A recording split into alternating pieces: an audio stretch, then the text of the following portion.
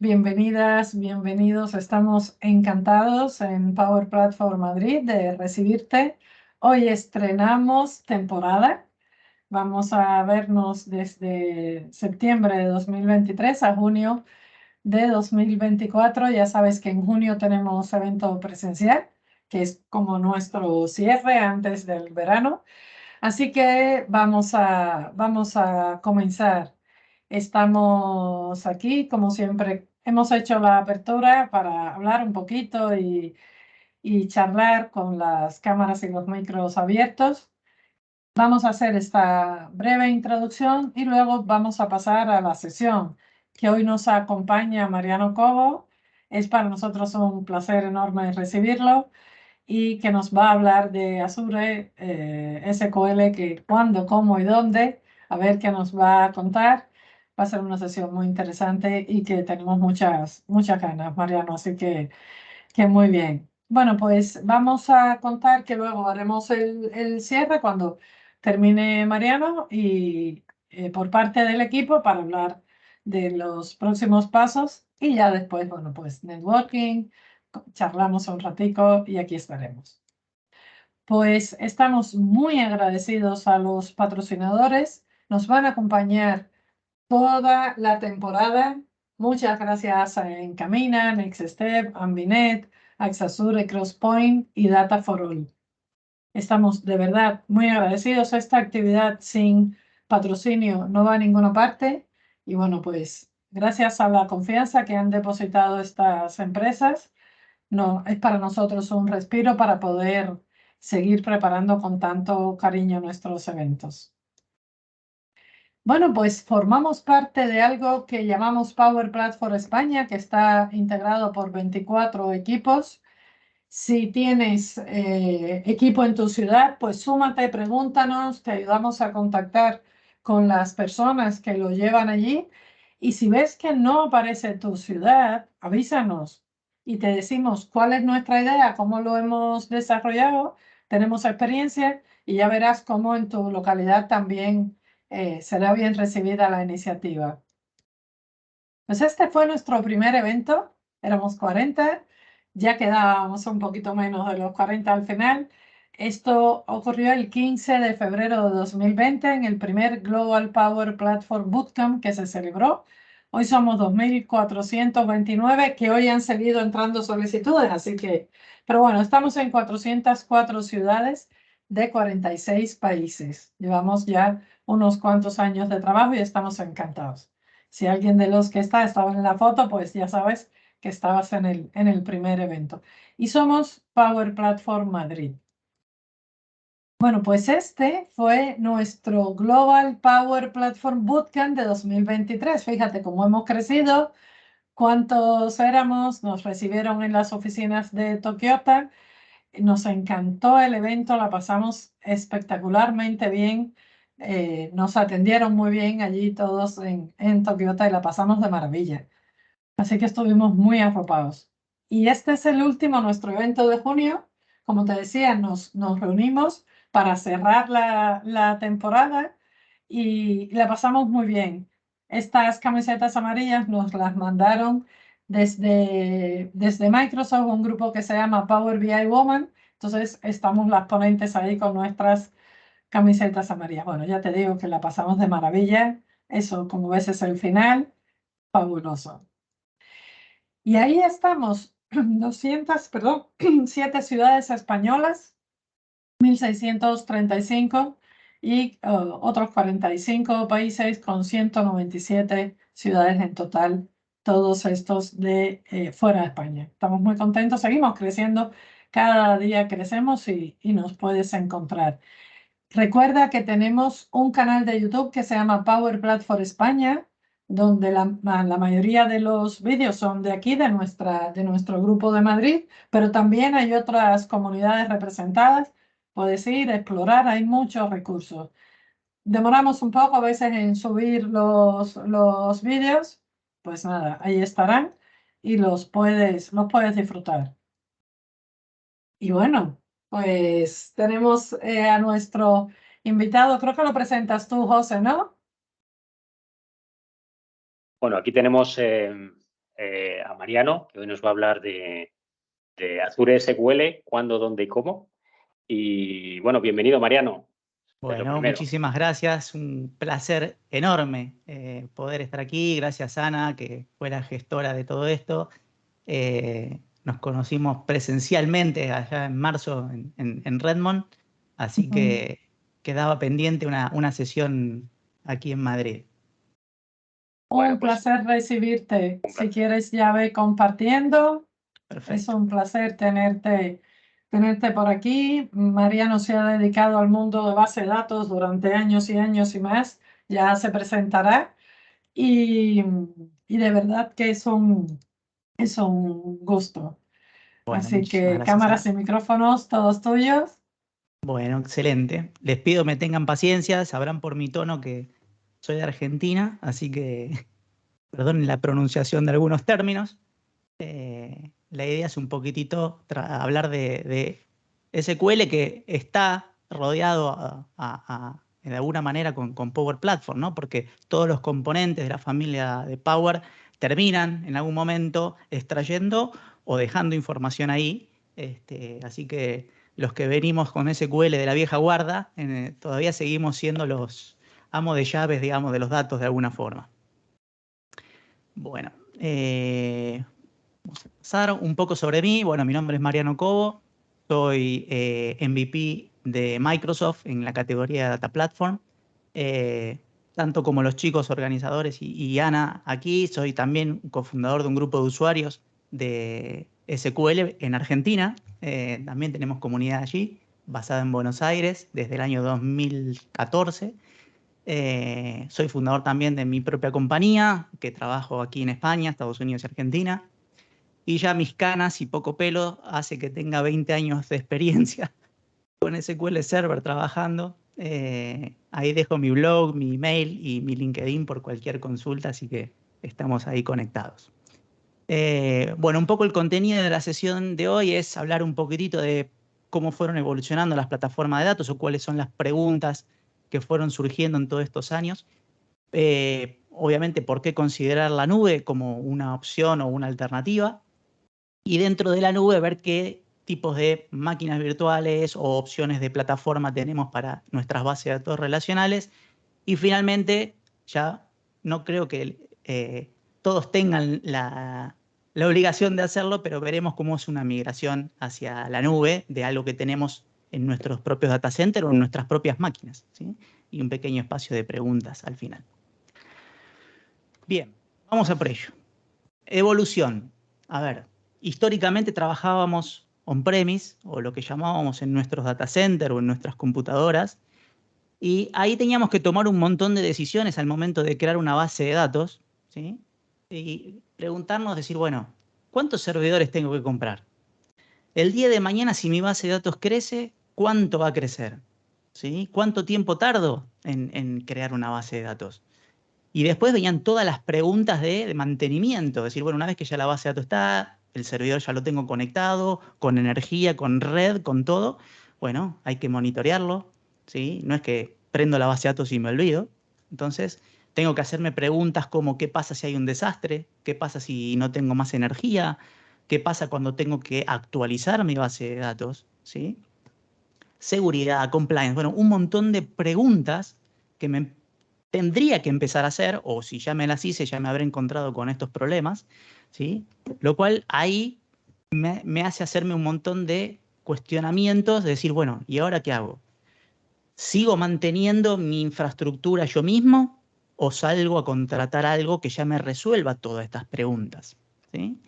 Y obviamente ahí es donde Microsoft y tantos otros vendors, ¿no? No solamente propio de Microsoft, sacaron las opciones de nube pública, donde ya de alguna manera me resuelven, ¿sí? Algunas de estas preguntas o me dejan a cargo a mí de otras. Entonces, los motivos principales de por qué considerar la nube de Microsoft, Azure, básicamente agrupa estas tres características. Primero, la velocidad con la que puedo desplegar un servicio, ¿sí? ¿Qué tan rápido puedo generar una base de datos y dejarla disponible para mis aplicaciones o usuarios? Si lo tuviese que hacer en mi casa o en mi empresa, tendría que primero comprar el servidor, comprar las licencias, instalar el servidor, instalar las licencias, crear la base de datos. Y todo eso me lleva con mucha interacción. Tal vez en la nube eso ya está resuelto y con un par de clics yo rápidamente puedo aprovisionar un servicio. Lo segundo que me resuelve es la escalabilidad, tanto hacia arriba, hacia abajo o hacia los costados. ¿Sí? Es decir, el día de mañana mi base de datos se empieza a utilizar muchísimo más, puedo darle más potencia. El día de mañana la usamos menos, puedo reducir. ¿Sí? Eso normalmente en mis oficinas o en mis servidores haría que o me quede corto con los recursos o al contrario, haya comprado por demás. ¿Sí? Y eso nos lleva al último punto, que es la economía. Es decir, bueno, si compré de más, estoy gastando dinero de más, y si compré de menos, voy a estar en un problema porque voy a tener que agregar más dinero para poder comprar, y eso me va a llevar mucho tiempo otra vez para aprovisionar esos recursos. Bien, elijo la nube. ¿Qué opciones o de qué manera se consumen los recursos de una nube? De tres maneras. En forma de infraestructura como servicio, ¿sí? Que eso sería, en vez de crear un servidor en mi plataforma, lo creo directamente en la nube. Es decir, si creo una máquina virtual, creo una máquina virtual en la nube. La otra opción, y a la que tal vez estén ustedes mucho más familiarizados, es utilizar plataforma como servicio, tanto como Power Apps, Power Automate, incluso Power BI. ¿Sí? Son plataformas que ya están disponibles que me permiten a mí trabajar con la herramienta sin hacerme cargo de todo lo que ocurre por detrás. Es decir, no me encargo del almacenamiento, no me encargo de la memoria RAM, no me encargo de la CPU, ¿sí? Y lo que menos me tengo que administrar es cuando ya me muevo a un software como servicio. ¿Sí? Es decir, yo solamente consumo lo que el software me da. El caso más normal y tradicional son las herramientas de ofimática, Office 365, por ejemplo. Yo no puedo programar o cambiar la forma en que funciona, sino que directamente lo consumo tal cual me lo ofrece el proveedor. ¿Sí? Entonces tenemos estas tres formas y vamos a ver un poco el detalle de esto. ¿Sí? Si estuviésemos trabajando en nuestros servidores, nosotros nos tendríamos que hacer cargo de todo esto. Redes, almacenamiento, servidores. Si virtualizo los servidores, sistemas operativos, capa de software, datos y aplicaciones. Es decir, todo en nuestras espaldas.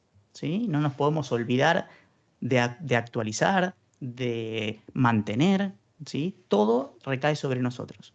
Si vamos al mundo de infraestructura como servicio, es decir, no quiero administrar toda esa parte y me muevo hacia una máquina virtual, por ejemplo, en Azure, ¿sí? Solamente me voy a tener que hacer cargo del sistema operativo hacia arriba. El resto está a cargo del lado de Microsoft. Es problema de Microsoft. Las redes, el almacenamiento, el hardware, ¿sí? Los servidores, todo eso del lado de Microsoft. Y obviamente tendrá un SLA o un acuerdo de nivel de servicio en la cual habrá penalizaciones si no lo cumple, ¿sí? Pero por lo general son muy altos, ¿sí? Es decir, tienen 99,999 algo de disponibilidad. Y finalmente, la plataforma como servicio, yo únicamente me hago cargo de los datos y las aplicaciones, ¿sí? Todo el resto del lado de Microsoft. Y software as a service, nada, ¿sí? Directamente es lo que me ofrece el proveedor. Bueno, entonces, con esto, ¿vamos on-premise? ¿Mantenemos nuestros servidores o nos movemos hacia la nube? ¿Sí? Bueno, vamos hacia la nube, ¿no? Ese es un poco el mensaje. Entonces, la primera opción de movernos a la nube sería crear una máquina virtual. ¿Sí? ¿Para luego qué? Luego instalar el servicio de base de datos. Entonces, cuando yo creo una máquina virtual en la plataforma de Microsoft, tengo que elegir qué tamaño, ¿sí? O qué capacidad va a tener ese servicio. Ahora bien, Azure ofrece un montón de opciones, ¿sí? Desde las más económicas hasta las más potentes, ¿sí? Para base de datos, normalmente nos tendríamos que mover en estas familias, ¿sí? Son familias de máquinas virtuales. Tenemos de propósito general las que están optimizadas para tener mayor procesamiento, las que están optimizadas para tener mayor memoria, ¿sí?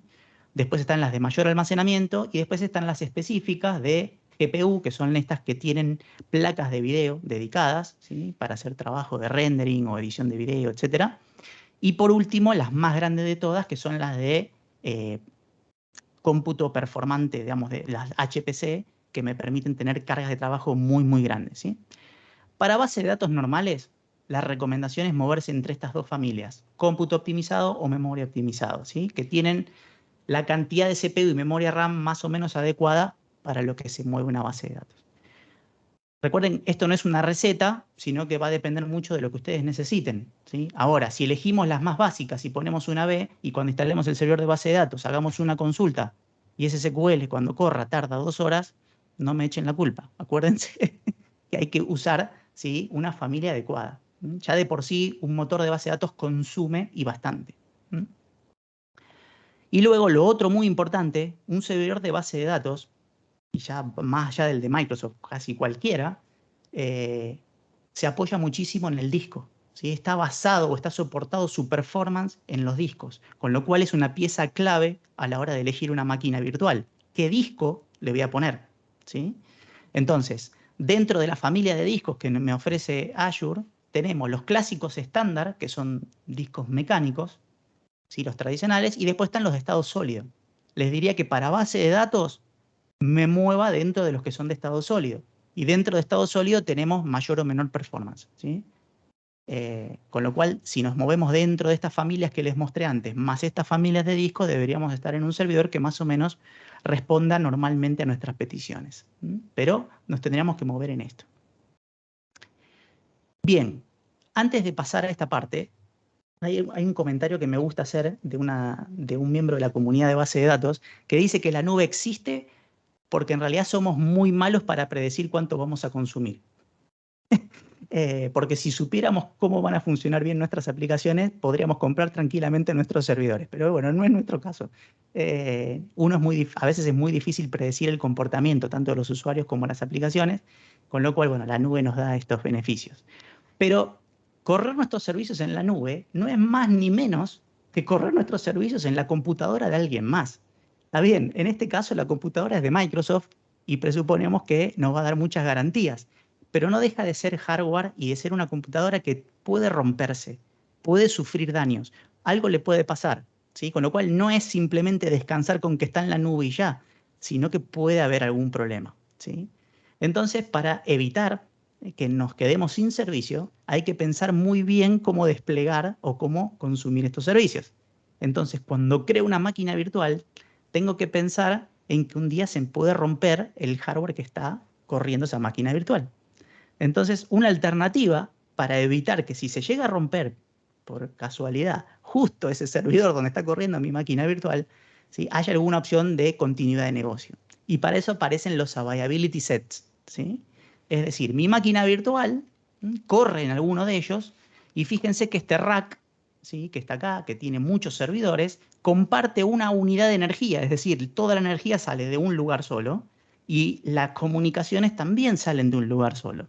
Con lo cual, si se llega a romper esa unidad de energía o esa unidad de red, todos estos servidores van a perder conectividad o van a perder energía, ¿sí? Con lo cual, si yo configuro mi máquina virtual en una availability set, le voy a estar diciendo a Azure, hey, no uses un solo servidor. Cuando crees mi máquina virtual, ¿sí?, créala con un duplicado en otro rack, que lo voy a poder utilizar en el caso que se rompa el primero.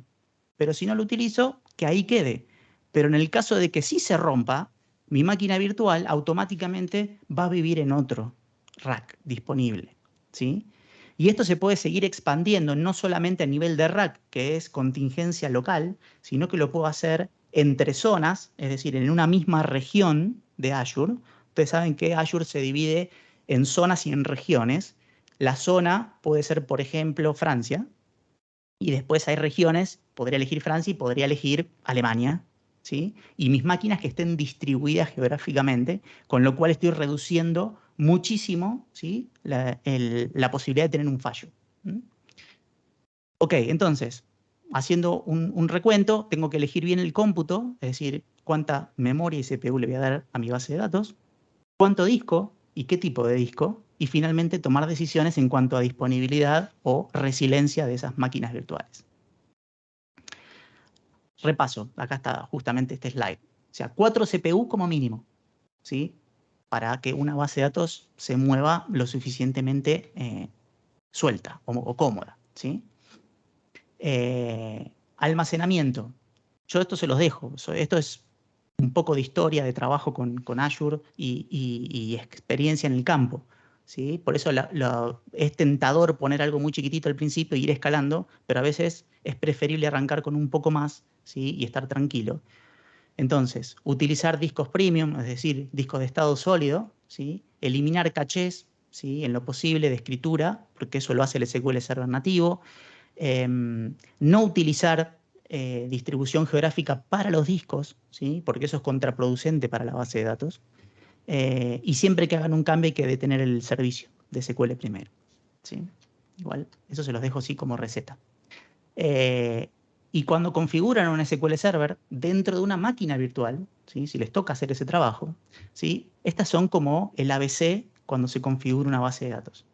Archivos de datos y log y TemDB en discos separados. Ahora vamos a ver cuando creamos una, van a ver que eso ya lo puedo explicitar. La TemDB es como la base de datos temporal que usa todo el SQL Server para cuando ustedes trabajan, ¿sí? Y hay que hacer algún movimiento temporal, se usa esa base de datos, con lo cual es bastante crítica.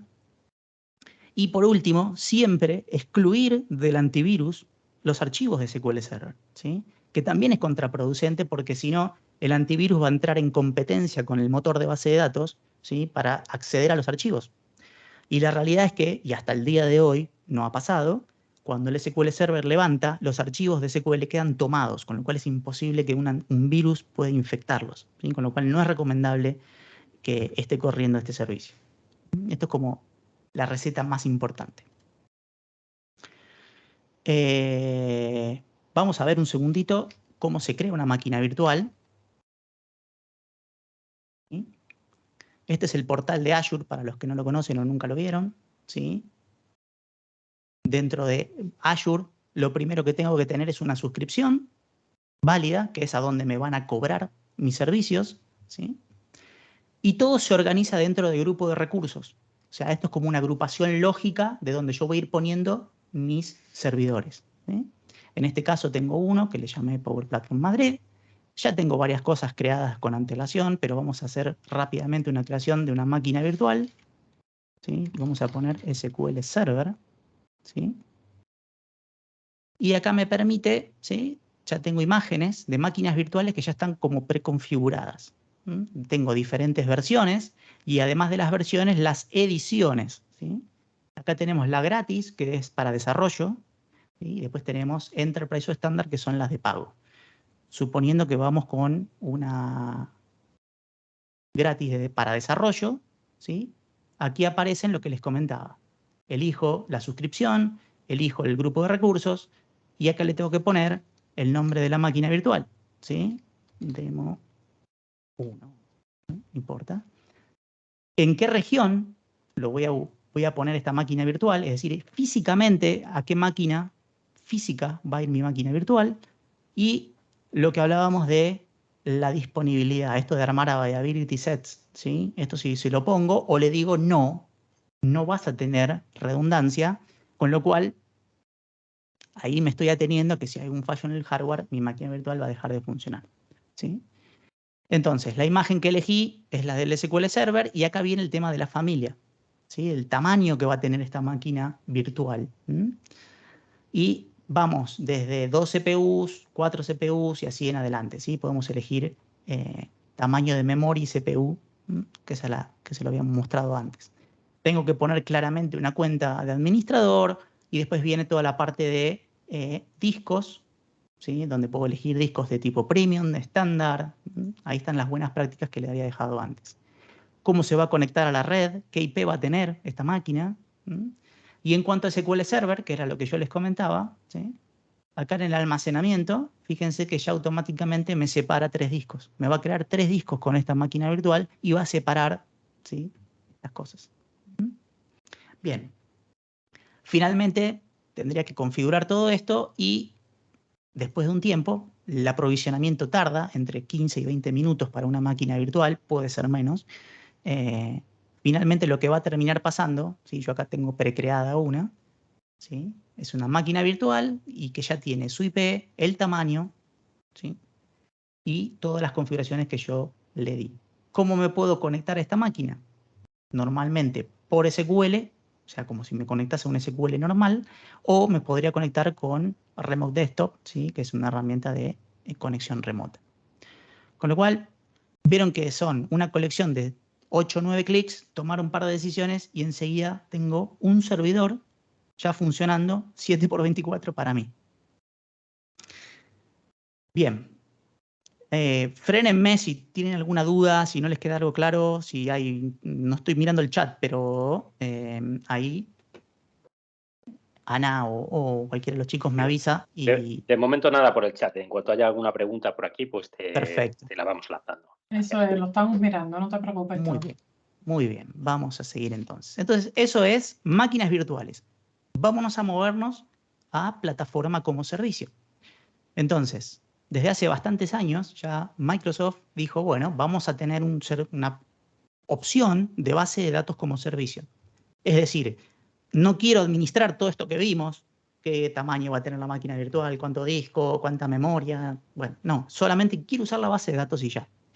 Y bueno, a partir de ese momento apareció SQL Database. ¿Sí? SQL Database es la opción de plataforma de la base de datos. ¿Mm? Y tiene Tenemos una diferentes... pregunta, disculpa, tenemos una sí. pregunta de David, antes de seguir con nos pregunta David que cuál es el servidor de SQL Server en modo IaaS que con más memoria RAM que has visto gestionado, en tu caso. El más grande que por lo menos toqué yo tenía alrededor de 480 GB de RAM y 80 cores. Estaban corriendo, imagínense, para, no sé si conocen Mercado Libre, que es como el pseudo competidor de Amazon de Latinoamérica. Y ahí estaban corriendo instancias de SAP, de SAP.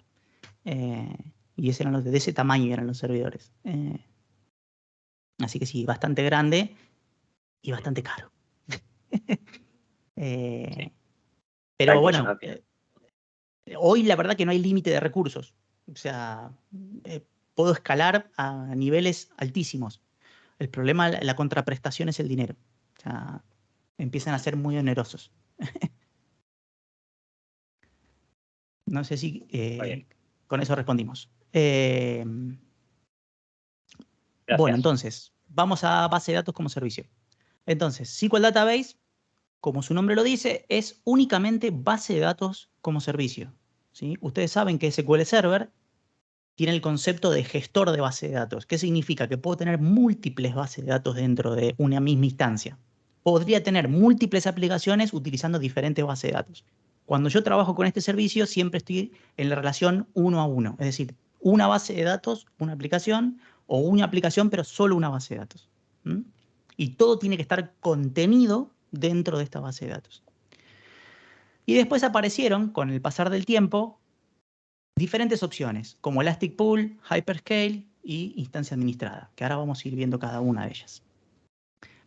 Bien, entonces, ¿qué me ofrece SQL Database? Básicamente, escalabilidad y elasticidad, que es lo más importante. Es decir, bueno, rápidamente quiero tener una base de datos. Yo no soy administrador de Windows, no soy administrador de Azure, pero quiero tener mi base de datos. Bueno, este es el camino. Rápidamente, yo digo, quiero tener una base de datos de 50 gigabytes.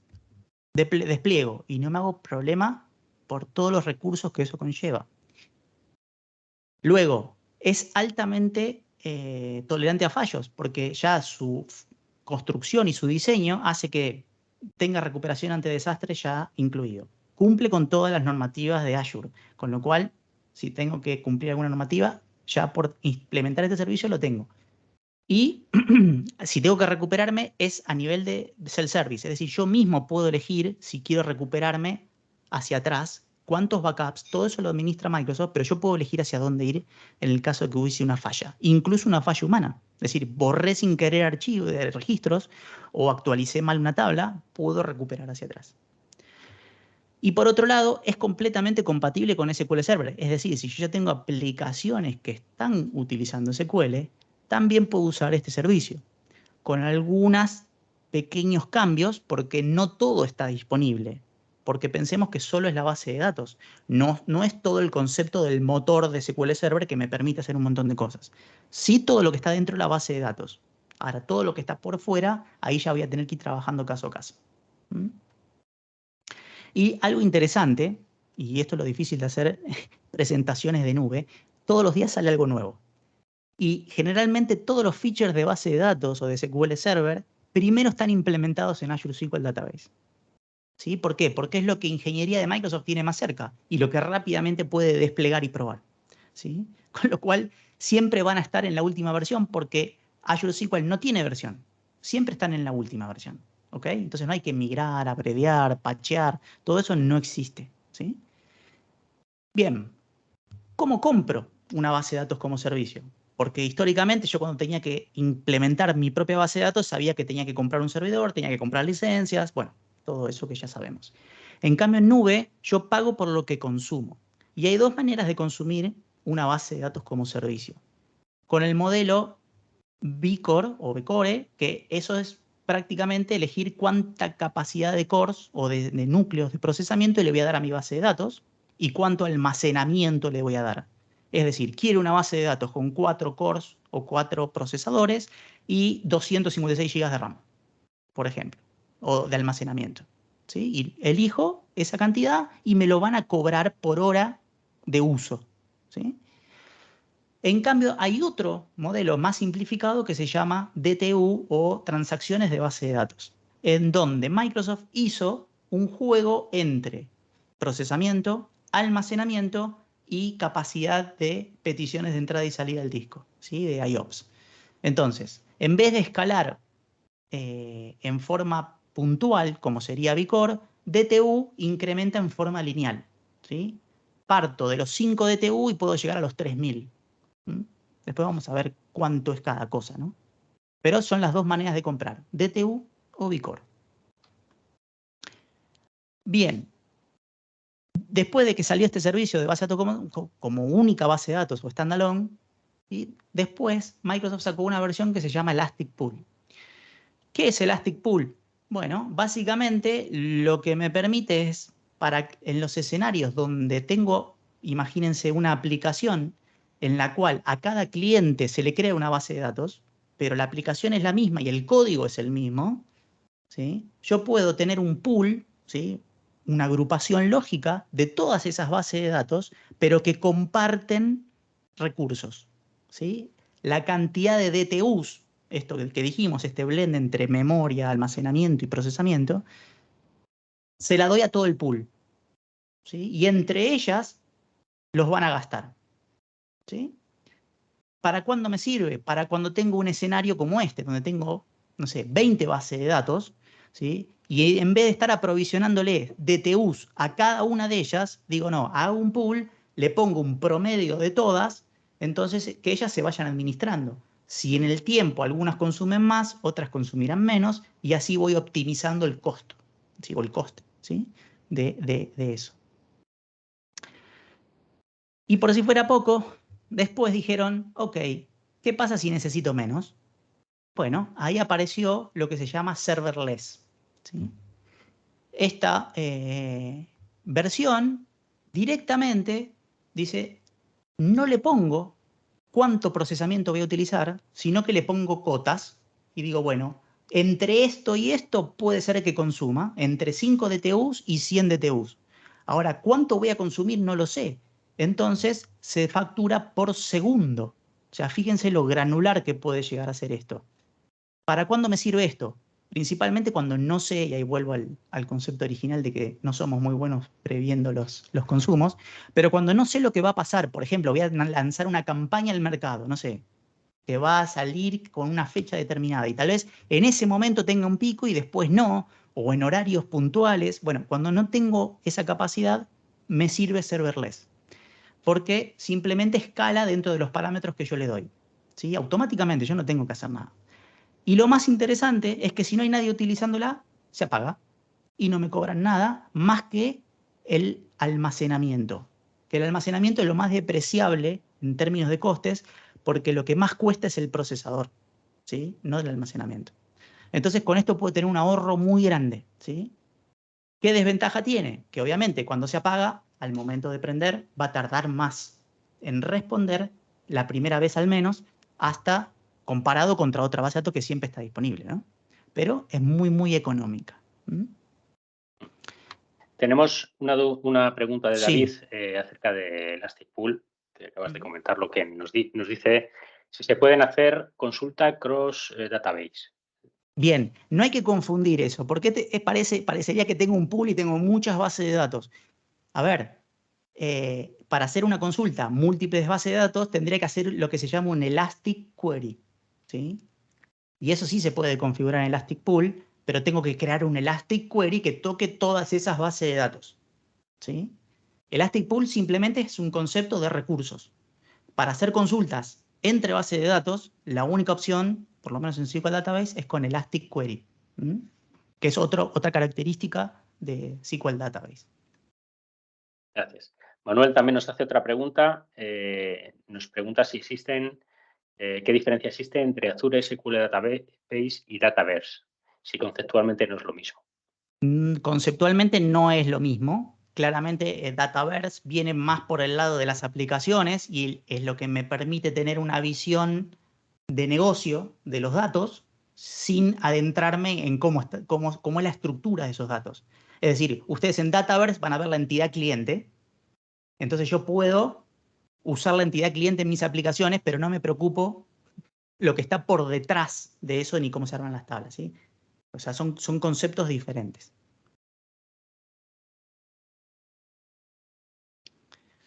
Bien. Y vamos al hermano mayor de todo esto, que es Hyperscale, ¿sí? Que sería la versión más grande, con más poder dentro de las bases de datos como servicio, ¿sí? Primero porque escala hasta 100 terabytes. Está pensado para ser altamente performante, con mucha disponibilidad, o sea, 99,99 garantizado, y no tiene ni un solo punto de falla. Es decir, que todos sus componentes están duplicados. Fíjense, no es para marearlos con esta arquitectura, pero primero, está separado el cómputo del almacenamiento. Ya eso ya nos da una gran ventaja. Y segundo, todo lo que ven en naranja, ¿sí?, son discos de estado sólido premium. Con lo cual, esto está pensado para responder los queries súper rápido, ¿sí? Y al estar todo distribuido, tengo alta resiliencia, digamos, ante un fallo. Y lo adicional, que es muy interesante, todos los nodos secundarios, es decir, aquellos que están por si pasa algo, los puedo utilizar como lectura. Entonces imagínense utilizar Power BI para leer y nunca voy a estar afectando a mi aplicación, que es la que lee y escribe, ¿sí? Power BI lee y leo de los nodos secundarios, con lo cual estoy distribuyendo mi cómputo entre todos esos nodos, lo cual es bastante interesante. Y por si esto fuera poco, otra opción más, ¿sí?, que salió, es una de las últimas opciones que salieron, es un punto intermedio entre máquina virtual y base de datos como servicio, que se llama instancia administrada o managed instance, ¿sí? ¿Qué me permite esto? Tener, en vez de una sola base de datos, tener la instancia de SQL Server como servicio. Y adentro yo puedo administrar mi SQL Server tal cual lo hiciera en mis oficinas o en mi centro de cómputo o una máquina virtual, pero todo lo que es hardware, configuración de almacenamiento, networking y demás, va del lado de Microsoft.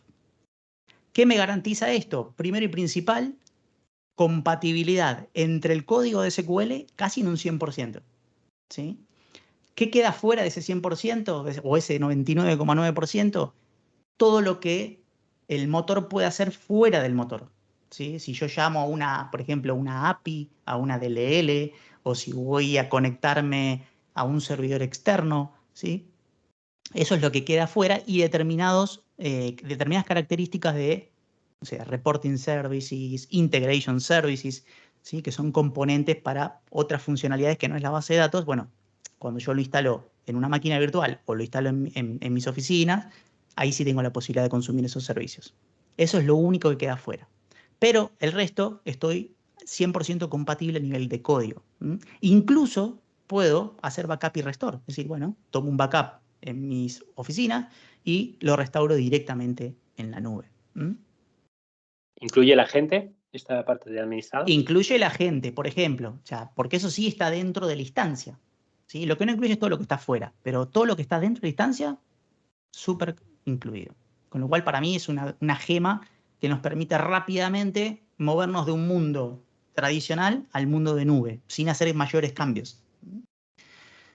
Entonces, se compra de dos maneras, o hay dos niveles de servicio, ¿sí? Propósito general es el primero, que está recomendado para aplicaciones típicas de un consumo típico de base de datos, que puede ir desde 4 hasta 80 cores de procesamiento, y desde los 20 GB hasta los 870 GB de RAM, con lo cual pueden ver que puede escalar y mucho, y 16 terabytes de almacenamiento total para las bases de datos. Y Microsoft nos garantiza un 99,99% de disponibilidad. Esto significa que estamos hablando de indisponibilidad de horas en todo un año nada más. Pero bueno, no es al 100%, por eso tengámoslo en claro. Y lo interesante de esto es que el servicio de la instancia sí está duplicado, ¿sí? Hay nodos de spare o que están pasivos, ¿sí? Y si se me llega a caer el primario, automáticamente va a switchar a los nodos secundarios, ¿sí? Hay un tiempo en el caso que haya una falla, pero mis datos van a estar siempre garantizados. Y la otra forma de comprarlo es Business Critical, ¿sí? Que es la versión más performante o la de cargas para cargas intensivas. También puede escalar desde 4 hasta 128 cores, desde los 28 GB hasta los 870 GB de RAM, misma capacidad a nivel de almacenamiento, pero la gran diferencia es que los discos son discos locales y premium de estado sólido, con lo cual mi nivel de performance va a ser muchísimo mayor, ¿sí? Que la de propósito general. Y en cuanto a la disponibilidad, está garantizado lo mismo, pero utiliza otro mecanismo que para los que venimos de SQL Server es conocido, que se llama Always On, que básicamente es replicar mi base de datos en múltiples nodos, ¿sí? Y ante la caída de uno rápidamente yo tengo disponible otro que tomará el rol de primario y me va a estar respondiendo las consultas, ¿sí? Lo mismo, en este caso, también en el caso que quiera utilizar lecturas en los nodos secundarios, es posible, con lo cual también, a pesar de estar pagando más por un nivel de servicio más alto, también voy a poder sacarle más jugo a esta infraestructura. Pero bueno, todo esto es hermoso, pero ya lo dijo el tío Ben, un gran poder conlleva una gran billetera, porque a medida que nosotros queremos más disponibilidad, queremos más performance, esto nos va a costar más, ¿sí? Con lo cual, tengamos esto en mente, porque no nos asustemos a final del mes cuando venga la factura y veamos que hay un consumo súper, súper elevado. Bien, entonces, la migración... Sí, ahí... Disculpa, que tenemos una pregunta de Iker. Vale. Nos pregunta que qué tal funcionan estas opciones con colas MSMQ y muchas inserciones por segundo. Bueno, es que MSMQ está preparado para recibir esas ráfagas, ¿sí? De transacciones. Lo bueno es que pueden hacer de buffer. Las bases de datos relacionales no son buenas en ese sentido porque les cuesta mucho trabajar con altos volúmenes de transaccionalidad. Lo pueden soportar, sí, pero estaríamos hablando de que tendríamos que elegir los tiers cada vez más altos, es decir, tener cómputo y discos, ¿sí? De los más elevados. Pero sí se puede, lo he visto casos que se usan colas, ya sean MSMQ o los propios de Azure, que ahora no recuerdo, que hay un servicio de colas, Event Hub, ahí está, que me permite tener estas ráfagas de eventos, de dispositivos IoT o ese tipo de cosas, pero bueno, hay que tratarlo con cuidado y prestar mucha atención de lo que finalmente llega a la base de datos, porque la base de datos tiene que garantizar registro que entra, registro que se persiste, ¿sí? Y si hay un fallo en el medio, tengo que poder hacer rollback o tengo que mantener ese registro, bueno, con lo cual siempre le termina costando, pero sí, funciona. Gracias. Bien, bueno, entonces, ¿cómo migramos a Azure? Ya dijimos, les mostramos todas las posibilidades de base de datos, ¿sí? Como servicio, base de datos como plataforma o base de datos en infraestructura. ¿Cuáles son los pasos que deberíamos llevar en una migración. Es decir, si yo ya hoy tengo una base de datos, posiblemente ustedes ya estén trabajando con una base de datos on-premise o lo tengan en sus propias máquinas, decir, bueno, ¿cómo puedo mover? Bueno, el primer paso sería relevar cuáles son esos servidores, cuáles son esas bases de datos, ¿sí? Para esto lo pueden hacer manualmente, haciendo un inventario, ¿sí? Y una vez que tengo identificado esos servidores o esas bases de datos a migrar, lo que habría que hacer es un análisis o un assessment de conversión. Es decir, cuán compatible es mi código para moverse a esta base de datos. Porque recuerden que si bien estamos muy cerca en compatibilidad de código, es decir, todo mi transact SQL, mis consultas, mis store procedures funcionan hoy en premisas, hay que ver que funcionen de la misma manera en la nube, ¿sí? Luego hacer una conversión y en esa conversión hacer pruebas y optimizar, ¿sí? Porque son ambientes diferentes. Cuando yo me muevo de ambientes, tengo que probar cómo va a funcionar. Finalmente, una vez que ya lo tengo todo cerrado y funcionando perfecto, tengo que mover todos los datos, porque esa es la otra gran pregunta. La nube es un gran camino de ida. Siempre hay que preguntarse cómo sería la vuelta, ¿sí? Con lo cual, ahí no es menor tener ese punto en comparación y tengan en cuenta que la conexión hacia la nube es vía Internet, ¿sí? En el mejor de los casos tendrán vínculos dedicados, pero es vía Internet, con lo cual si ustedes tienen volúmenes de datos muy, muy grandes, bueno, hay que ver cómo movemos esos datos hacia la nube o viceversa. Y la última instancia sería la migración en sí misma, o cuando yo hago el corte de dejar de utilizar mis servicios actuales y moverme a la nube. Entonces, para esto, Microsoft nos da una gran herramienta que se llama Data Migration Assistant. Es una herramienta gratuita que se descarga de Microsoft y me permite conectarme a mi base de datos actual, hacer un análisis y ver si mi código es realmente compatible. Y si es compatible, me permite moverlo, ¿sí? Automáticamente. Ahora lo vamos a ver. ¿Qué pasa cuando ya lo moví? Bueno, ahora habría que probar, ¿no?, cómo funciona ese código y para eso tenemos otra herramienta que se llama Database Experimentation Assistant o asistente de experimentación, que lo que me permite hacer es capturar la actividad actual de mi base de datos y hacer un replay o volver a ejecutar esos comandos que grabé en la nueva arquitectura. Y de esta manera yo puedo saber y tener una línea de base. De manera que si dije, bueno, che, yo tenía 2 cores, o no sé, 8 cores on-premise.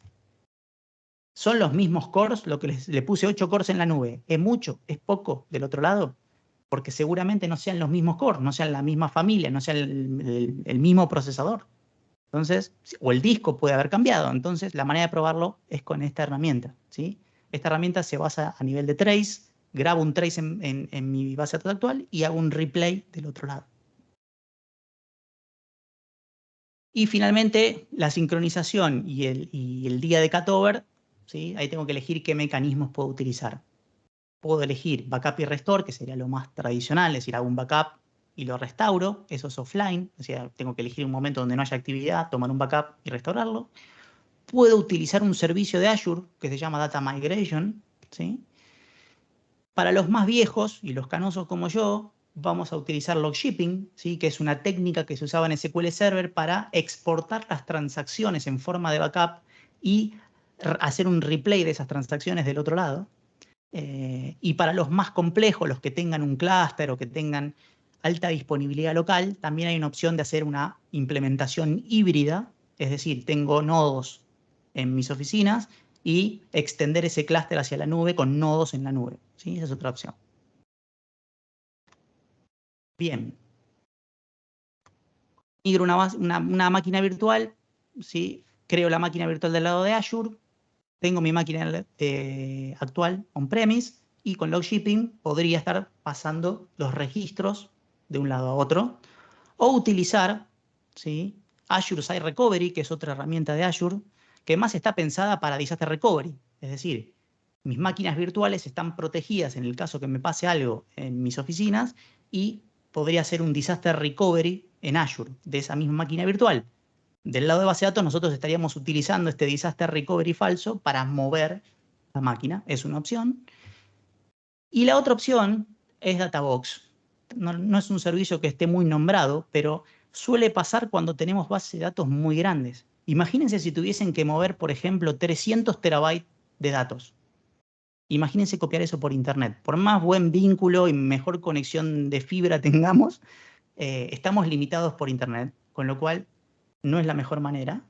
Entonces, Microsoft provee Databox. ¿Qué es Databox? Básicamente un storage, un almacenamiento de muchos discos, un arreglo de discos, que Microsoft nos envía a nuestras oficinas, lo conectamos a la red y con un software, ¿sí?, copiamos todas las bases de datos a un cierto punto, desconectamos esa box y se la enviamos a Microsoft de vuelta, quien la va a enchufar del lado de Azure en el data center que nosotros le digamos, y nosotros vamos a terminar de pasar la información de delta o la diferencia entre que se fue la copia original y el momento en que nos enchufen el databox, ¿sí? Tiene un costo asociado, obviamente, pero es la manera que me permiten rápidamente de llevar grandes volúmenes de datos, ¿sí? Con lo cual, está. Bien, ¿y cómo migro hacia una Azure SQL Database? Bueno, porque aquí ya no tengo un servidor que mover, sino que tengo que mover datos y tablas y esquemas. Bien, para eso puedo utilizar Backpacks, que ahora lo vamos a ver, si nos alcanza el tiempo para la demo, o el Database Migration Assistant, que es una herramienta, ¿sí?, que ya habíamos visto antes para hacer el assessment, también nos permite migrar. También tenemos un servicio de Azure y si estoy utilizando Manage Instance, como es una instancia, tengo la posibilidad de hacer backup y restore. Entonces, vamos a ver rápidamente, no sé si estamos bien de tiempos o no, ¿cómo estamos? Creo que sí, ¿no? Bien, vamos bien de tiempo. Bien, No te preocupes. yo aquí ya tengo aprovisionado todos los servicios. Máquina virtual, ¿sí?, con base de datos, un SQL Server. Instancia administrada, ¿sí?, y base de datos como servicio. ¿Ok? Entonces, vamos a suponer que yo tengo mi servidor on-premise o mi servidor en mis oficinas y digo, bueno, che, quiero saber si esta base de datos es plausible o es factible de llevarse hacia la nube. Entonces, como dijimos, podemos utilizar esta herramienta que se llama Database Migration Assistant, ¿sí?, que es una herramienta cliente, se instala en nuestras máquinas, no hace falta instalarla en el servidor. Y una vez que ingresamos a la herramienta, nos permite hacer dos cosas: análisis o migración, ¿sí? Vamos a poner un nombre al proyecto, le vamos a decir qué tipo de análisis vamos a hacer, cuál es el origen es un SQL Server que tengo instalado en una máquina virtual, y a dónde quiero ir, ¿sí? Y a dónde quiero ir puede ser base de datos como servicio, instancia administrada o un SQL Server en una máquina virtual de Azure, ¿sí? O incluso otro SQL Server podría ser en una versión diferente. En este caso vamos a ir contra base de datos como servicio, ¿sí? Entonces creamos el proyecto y me permite tener dos reportes. Por un lado, ver la compatibilidad de mi base de datos y por otro lado, ver qué capacidades a nivel de instancia perdería si es que estoy usando alguna. Entonces, le doy siguiente, me conecto a mi servidor, ¿sí?, on-premise.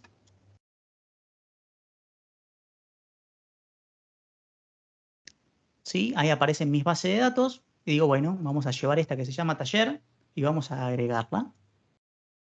Y una vez que la tengo agregada, le digo empezar el assessment. Esto va a analizar el código. Se va a conectar a la base de datos y va a ver tablas, store procedures, vistas, todos los objetos, ¿sí?, con los que nosotros trabajamos. Entonces, una vez que termino el assessment, me dice, estás parado en un SQL Server 2019 y me está diciendo que, por ejemplo, los jobs no están soportados. Claro, porque yo estoy moviéndome de una instancia a una base de datos como servicio. El mail tampoco está soportado, porque eso es una característica de la instancia, no de la base de datos. ¿Okay? Y otras cosas más que están parcialmente soportadas como credenciales y demás. Entonces, eso con respecto a las capacidades de la instancia. Y después tenemos el código a nivel de compatibilidad, ¿sí? Esto es lo que me va a decir si mi código correrá o no correrá en esa base de datos como servicio. En este caso, tengo un solo objeto, ¿sí?, que no va a funcionar. ¿Por qué? Porque me dice que es cross database. Este trigger, porque finalmente es un trigger, ¿sí?, me dice que está apuntando a otra base de datos diferente de la que está sido creada. Entonces dice, che, arregla esto o no va a funcionar. ¿Ok? Bien. Entonces, ya terminé mi análisis, suponiendo que ese trigger lo hubiésemos resuelto, lo otro que podemos hacer es una migración. ¿Sí? Migración. Entonces, vamos a migrar lo mismo. Vamos de un SQL Server a base de datos y comigro. Puedo migrar el esquema, es decir, los objetos, las tablas, la estructura de las vistas, los store procedures y los datos, migrar solo los esquemas o migrar solo los datos si es que ya existe la base de datos. ¿Sí? En este caso vamos a migrar todo, ¿sí? Esquema y datos. Entonces creamos el proyecto, nos conectamos al mismo servidor donde estábamos trabajando antes, ponemos las credenciales, nos conectamos, elegimos la misma base de datos, podríamos elegir todas, le vamos a sacar el assessment porque acá ya lo hicimos, entonces solamente vamos a migrar esta. Le damos Next. ¿A dónde vamos? ¿Sí? Entonces, me voy a conectar al servidor de Azure, ¿sí? Que vuelvo al Management Studio, ¿sí? Es este, ¿sí? ppmadrid.srb.database.windows.net. Le digo con qué tipo de autenticación quiero tener. Le digo SQL Server, pongo la password, si no me equivoco. Me conecto, ¿sí? Y le digo a qué base de datos, a esta que yo precreé, ¿sí? En Azure SQL Database, que también la llamé igual. Si me conecto, o sea, a la base de datos van a ver que no tiene ningún objeto.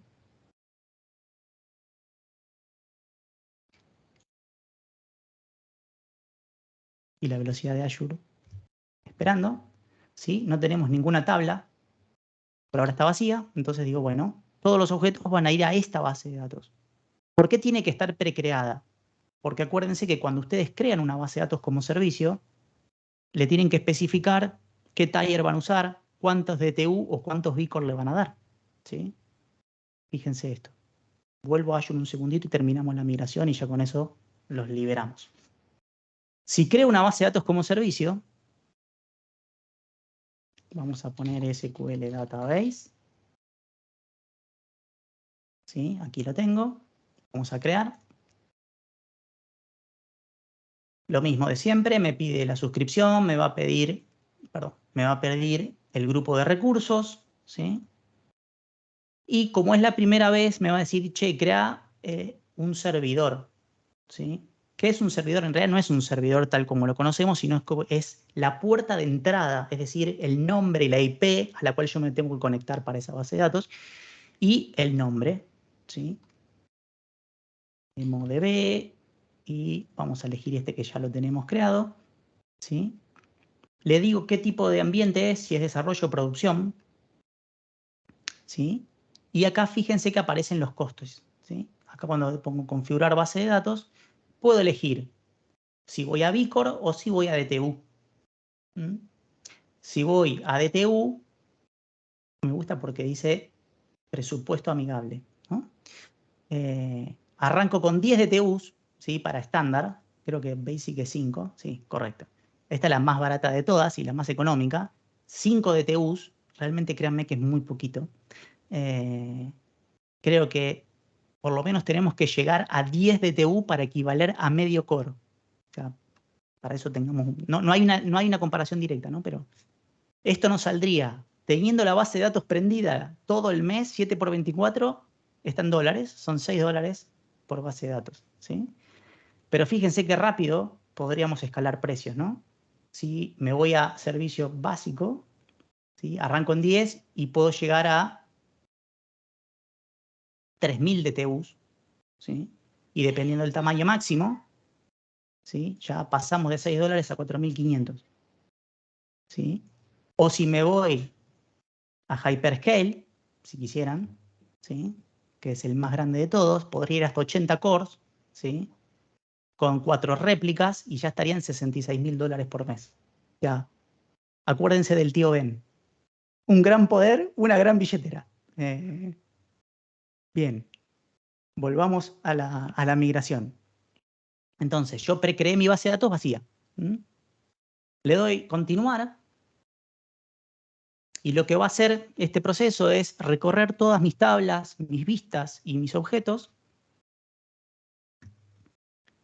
¿sí? Y me vale dejar elegir si los quiero migrar todos o no. ¿Sí? Acá tengo un store procedure, tablas y vistas. ¿Ok? Y me dice generar el SQL script. ¿Qué hace esto? Hace un script. Captura la estructura y exporta los datos en plano. ¿Sí? Con lo cual tengo que tener permisos de lectura y escritura en ambos lugares. Esto tarda unos segundos y una vez que finaliza va a empezar a copiar los datos. ¿Sí?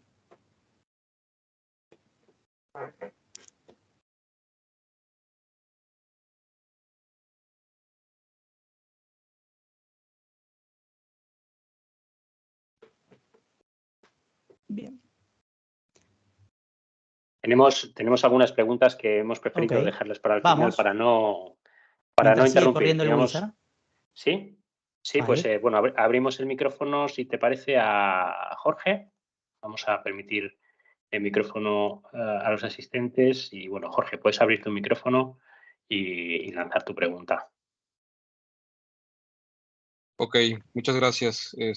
Buen día desde México. ¿Qué tal, Jorge? Gracias, igualmente. Oye, tengo una duda muy puntual. Tengo dos servicios, o más bien, tengo dos suscripciones de Azure. Una se creó hace tiempo con cuenta personal, y creamos ahí un servicio de base de datos, ¿cómo se llama? Azure SQL Database, como servicio, pues. Así es. No toda la máquina virtual, sino nada más la pura base de datos. Perfecto, sí, es lo que estamos haciendo ahora. Es correcto, así es. Y por otro lado, ya con el tiempo, pues creamos a través de nuestra cuenta ya profesional del corporativo, de la empresa, creamos aplicaciones que están corriendo también en Azure, pero ya en otra suscripción, ¿no? En la suscripción ya empresarial. Correcto. Entonces, pues tenemos facturación de un lado y de otro, ¿no? Y queremos ya quitar eso. ¿Cómo sería el proceso de migración de la base de datos para meter todo hacia uno? Lamentablemente es una migración.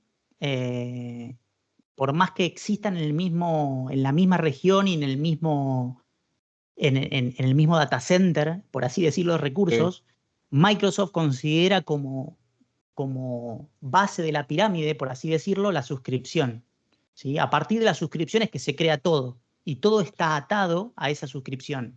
Con lo cual no queda otra alternativa que migrar, o sea, es decir, crear en la nueva suscripción empresarial el servicio de base de datos y con esta herramienta, por ejemplo, migrar esas tablas y esos datos y esos store procedures o todos los objetos que tengan en la suscripción personal y moverlo a la nueva. Lamentablemente no hay otra alternativa. Me encantaría decir que hay un botón para rápidamente decir, bueno, por ejemplo, esta es mi suscripción personal, ¿no? Yo estoy dentro de mi usuario personal con mi propia suscripción y yo tengo dentro de este grupo de recursos la base de datos como servicio, ¿sí? SQL Database. Me encantaría decir que hubiese una opción aquí que me deje mover de suscripción, pero no. Pero no podrías transferir la suscripción entera, Mariano. No, porque es personal. Lamentablemente. El problema es eso, ¿no? El personal y el profesional. La personal no te deja transferir. No. Por eso digo que entre suscripciones profesionales sí lo podrías hacer. Es correcto, pero cuando dijo personal ya lo he vivido y en algunos casos nos ha pasado y no queda otra alternativa. Lo tenemos escalado a Microsoft porque suele pasar. Una vez se dice, che, voy a probar y pruebo con mi tarjeta de crédito y bueno, pero no deja. El servicio, ¿no? Exacto. Lamentablemente es una migración. Okay. O sea, vas a tener que usar esto. En el caso de que sean las dos cuentas profesionales, no hay problema. Sí se pudiera hacer algo como para unificar las suscripciones en una sola, en un solo tenant, digamos. Claro, la explicación real es que justamente al ser una suscripción empresarial, ¿sí? Todo el circuito de facturación es el mismo, mientras que las personales van por otro lado. Es por eso que no se pueden juntar. Bueno, eso es lo que no se han explicado, pero bueno. Nosotros somos consumidores, quisiéramos un botón que nos permita mover, pero claro. No lo hay. Muchas gracias. Muchas gracias. De nada. Tenemos más preguntas, no sé si quieres esperar al final, continuar con la demo. Aquí ya terminó y fíjense que básicamente lo que hizo es crear un script de todos mis objetos, mis tablas, mis datos, ¿sí? Dice, bueno, primer paso que tengo que hacer es desplegar este mismo esquema en la base de datos nueva. Entonces le digo que despliegue. Y alguno va a dar error seguramente. Porque no arreglé el trigger. Bueno, por ahora no me dijo nada. Listo. Y ahora migro los datos. Migré la estructura, migro los datos. ¿Sí? Puedo elegir ir moviendo de a poco, algunas sí, otras no, o mover todo.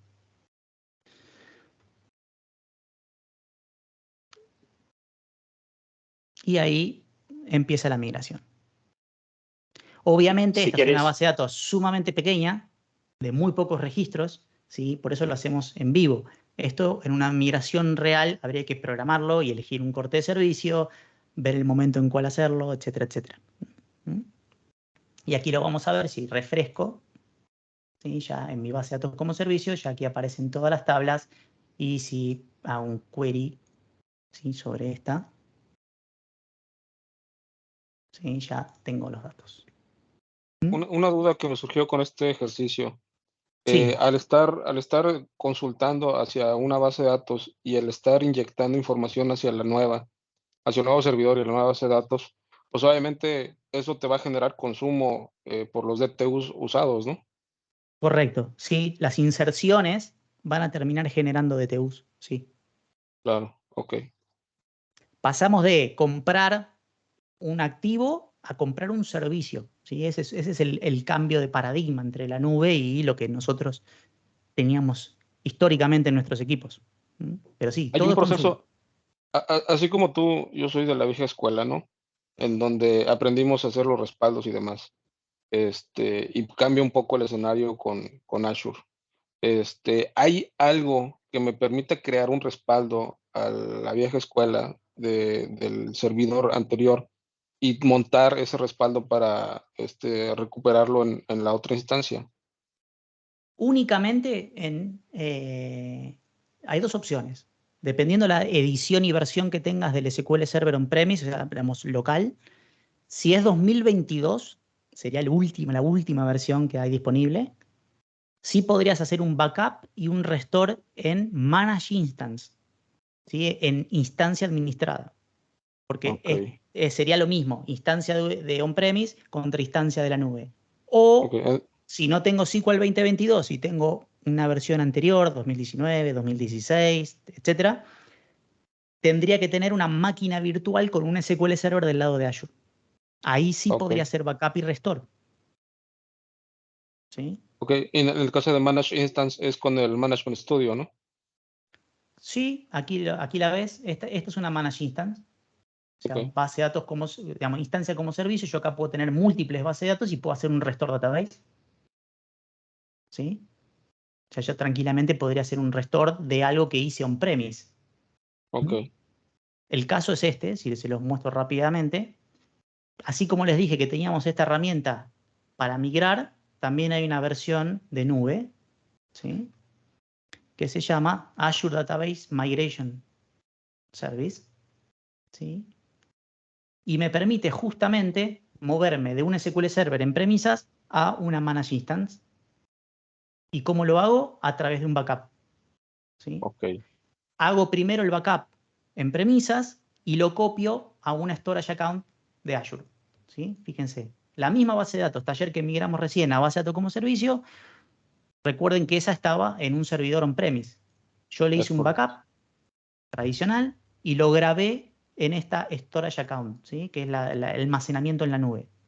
Y con este servicio de migración le digo que tome ese backup, ¿sí? Hago select, elijo mi suscripción, elijo mi grupo de recursos y elijo la Managed Instance destino, ¿sí? Que yo ya la tengo creada.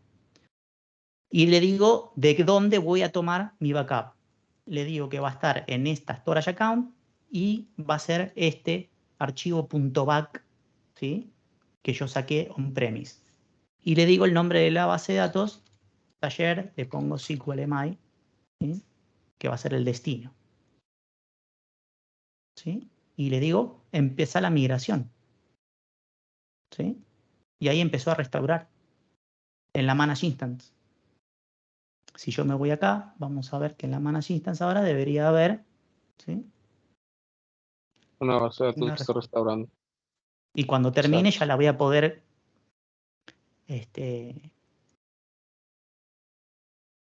ver y trabajar como una base de datos más. Súper bien. ¿Sí? Esta es una Muy opción. bien. O contra una máquina virtual. Listo, ¿no? Muchas gracias. Buenos tips. De nada, Jorge. Tenemos otra pregunta de José, que mientras se va restaurando te la lanzo. Él pregunta si por razones de seguridad podemos crear una base de datos espejo en la nube. Es decir, entiendo que lo que se refiere es tener la base de datos on-premise y tener una base de datos espejo en cloud. Sí, es factible completamente. Hay varias maneras de hacerlo, no hay una única manera. La más tradicional sería a mano, backup y restore, y hacerme periódicamente backups y restores, ¿sí?, hacia la nube. La otra opción es utilizar alguno de los mecanismos naturales que tiene el SQL Server para hacer réplica, ¿sí? Por ejemplo, podría hacer log shipping, ¿sí?, que es esto de automáticamente sacar backups de la log de transacciones e ir aplicándolo, ¿sí?, hacia allá. Y la otra alternativa, ¿sí?, es utilizar, bueno, yo no lo tengo habilitado en esta instancia, pero es utilizar Always On. Always On me permite armar un clúster de múltiples nodos que pueden estar distribuidos on-premise y en Azure y otros, y replicar mi base de datos, ¿sí?, a nivel de transacción y tener esos nodos allí. Mariano. Sí. Sí, la pregunta iba en realidad en dos partes. Una, por cuestiones de seguridad, a veces las empresas no quieren mudarse a la nube. Entonces, es un argumento que ha dejado de tener relevancia ya. Porque hoy todos los datos están en la nube, te diría. Sí, ya sé, pero a mí me suceden implementaciones Lo sé. He trabajado en banca. De BI. Y banca es súper resistente a subir a la nube, sí. Entonces, como que lo tienen en las oficinas, entonces para uno poder acceder a los beneficios de tomar desde las bases de datos la información, utilizar los plegados de consulta y demás. Entonces, si eso se puede replicar en Azure, ¿cuál sería como de lo más simple que uno podría hacer, diríamos? Lo que pasa es que cualquier implementación híbrida, lo que se llama una implementación híbrida, es decir, tener algo on-premise y tener algo en la nube, requiere de muchos componentes previos fuera de la base de datos. Networking, VPNs, firewalls, o sea, un montón de cosas para que nube y on-premise se vea, porque vos lo que tenés que lograr es que las dos instancias puedan verse de alguna manera. Entonces, esa es la parte más compleja de trabajar algo así replicado.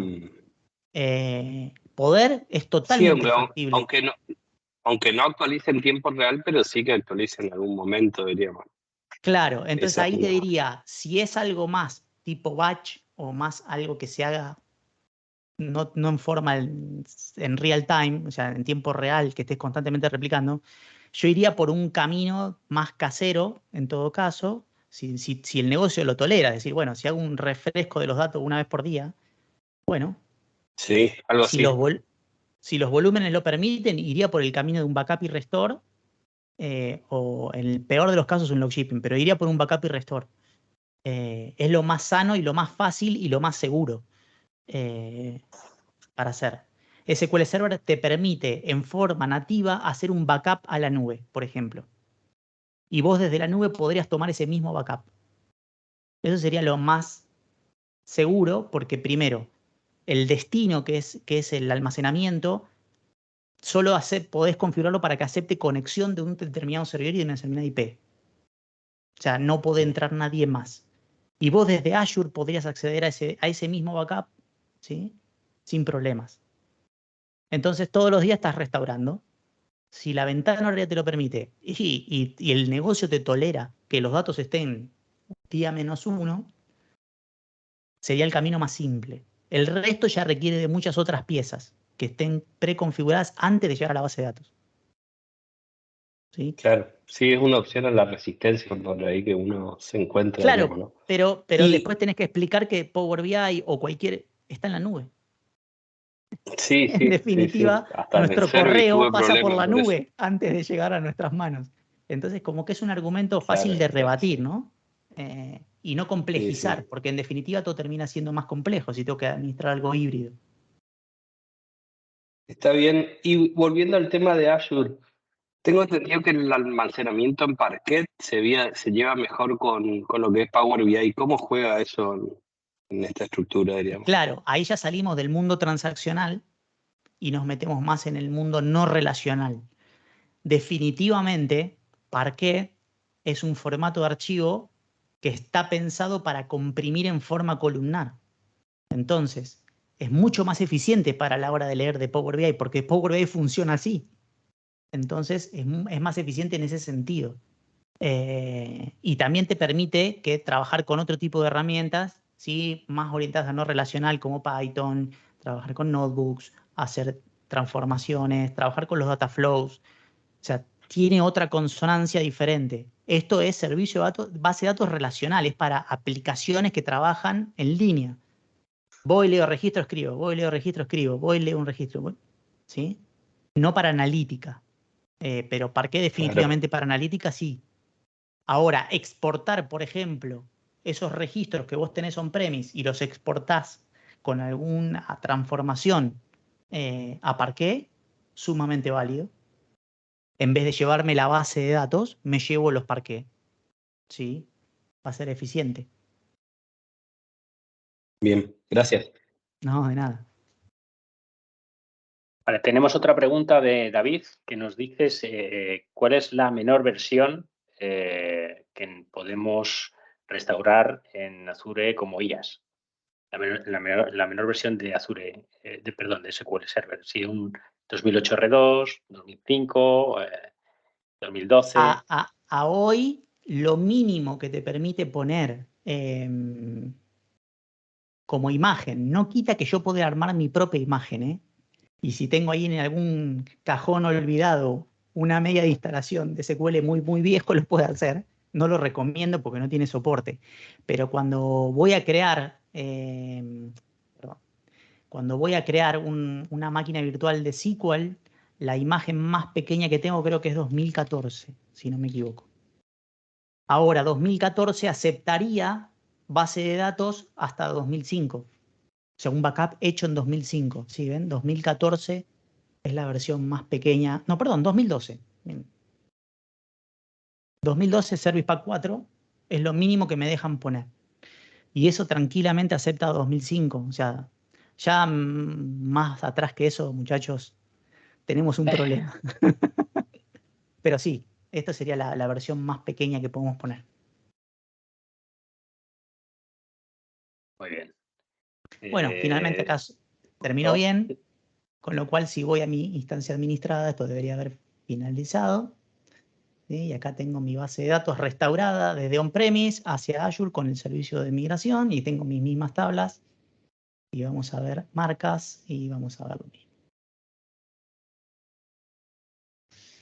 ¿Sí?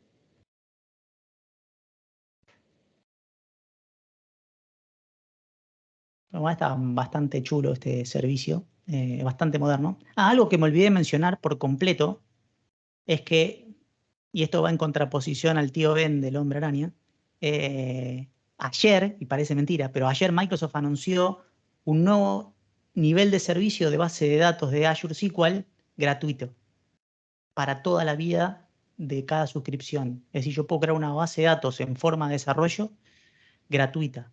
Sí tiene limitantes, ¿no? Creo que tiene 100.000 segundos de core por mes, pero es gratuito, o sea, no hay que poner dinero, con lo cual está bastante interesante para poder empezar, ¿sí?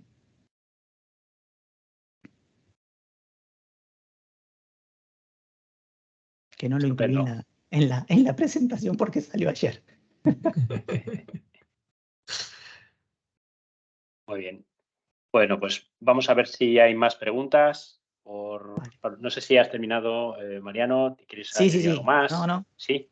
Bueno, espero no haberlos confundido mucho. Y sé que es un tema que por ahí estaba más por el costado de todo lo que es Power Platform, pero existe, sepan que está y que hay todas estas opciones para empezar a trabajar con el mundo de los datos, ¿sí? Por lo menos en la parte relacional, ¿no? Sí, ha sido una visión muy completa, la ha repasado de una puntada a otra. Y quien tuviera dudas y no supiera por dónde ir, debe haber aclarado bastante cómo hacer la migración o cómo proceder, vamos. Vale. Hay una pregunta todavía. Hay una pregunta de Iker que tiene que ver con Oracle. Que pone el Database Migration Assistant, ¿valdría para migraciones de Oracle On-Premises a Azure SQL? Hay otra herramienta para eso. Y es en vez del DMA, se llama lo vamos a buscar en tiempo real. Sí, creo que pasaron el enlace también por el... Database Migration SQL Server. Perdón. Había puesto un enlace David. Sí. Muchas gracias, David. Por eso no lo había preguntado. Gracias por tenerme en cuenta, pero me había contestado David y lo había echado un vistazo ya. Gracias. Sí. Existe. Ese es el... No recuerdo. SSMA. Ahí está. Este era el nombre. SSMA para Oracle. Básicamente, esta herramienta me permite hacer un assessment o un análisis. Se conecta en Oracle, revisa los esquemas, todos sus objetos y me dice cuánto puede migrar en forma automática o cuánto debería de ser de trabajo manual, ¿sí? Pero existe. Sí. Perfecto. Pues, bueno, no sé si hay alguna pregunta más. Si no, pues pasamos a presentar el próximo evento y un poco abrir ya los micros y cámaras para el resto. Ahí dejo de compartir así ya. Vale, pues nos vamos directamente. Bueno, estábamos en las preguntas. Os pasaremos un enlace para que nos rellenéis una encuesta para ver cómo podemos mejorar en próximos eventos. Y bueno, pues presentaros directamente el próximo evento, que será ya el 26 de octubre y que contaremos con Joaquín Armijo, que nos va a presentar entregando 43 casas con Power Apps, un antes y un después en la finalización de proyectos inmobiliarios. Así que, bueno, pues os esperaremos a todos el 26 de octubre, jueves también, donde será una fecha donde habrá alguna novedad en el mundo de Power Query. Y bueno, pues no sé si quieres decir algo, Ana. Sí, bueno, pues nada, que hay que venir al evento porque ese día vamos a hacer un lanzamiento. Y bueno, no sé, igual entregamos algún premio, aquí nunca se sabe. Muy bien. Pues nada, estamos expectantes con la novedad que se anunciará ese día. Y por nuestra parte, pues dar las gracias a los patrocinadores, Encamina, NextStep, Ambi, Axazure, Crosspoint y Data for All, que nos apoyan en estos eventos, que bueno, ya sabéis que los hacemos tanto online como presencial, el próximo será también online, y daros las gracias a todos. Así que bueno, si os parece, pues pasamos a la parte de networking, detenemos la grabación ahora y os animamos a que abráis vuestra cámara y los micrófonos y preguntéis abiertamente las dudas que tengáis.